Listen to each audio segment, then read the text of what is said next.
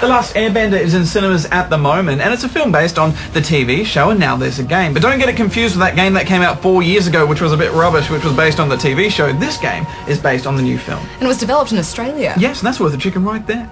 We don't want to spoil the story, but it's a classic tale of a kingdom torn apart by war, of a young boy with special powers and a mysterious past on a quest to restore peace to the land. In the game, you can choose to play as either evil Prince Zuko, the mysterious stealth warrior the Blue Spirit, or the mysterious boy Aang, who happens to be the last of the Airbenders.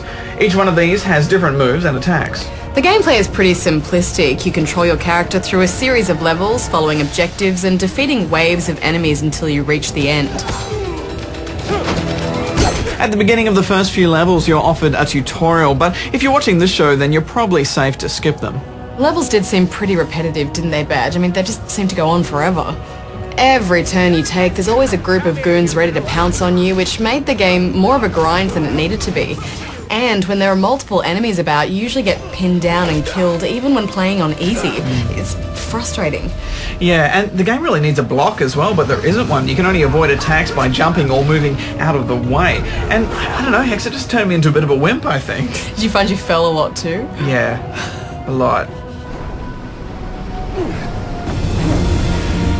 The character controls were a tad too sensitive, so I fell off a lot. And the only thing more frustrating than falling is having to start from way back and do it all over again. Yeah, I know we're whinging a lot here, but I think it's deserved. I mean, the boss fights were so dull. It's just attack until its health gets low and then, like magic, minions appear.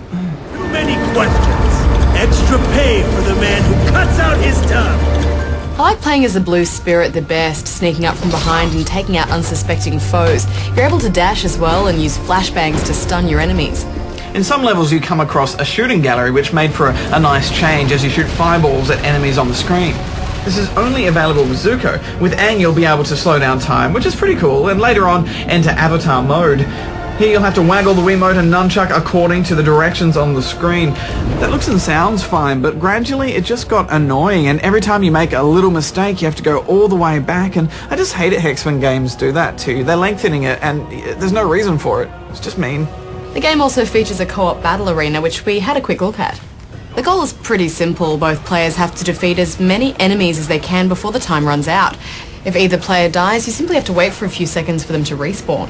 You're also able to attack each other, which is fun, but there are only 2 arenas unlocked right from the start, and you have to unlock the rest from playing through the story.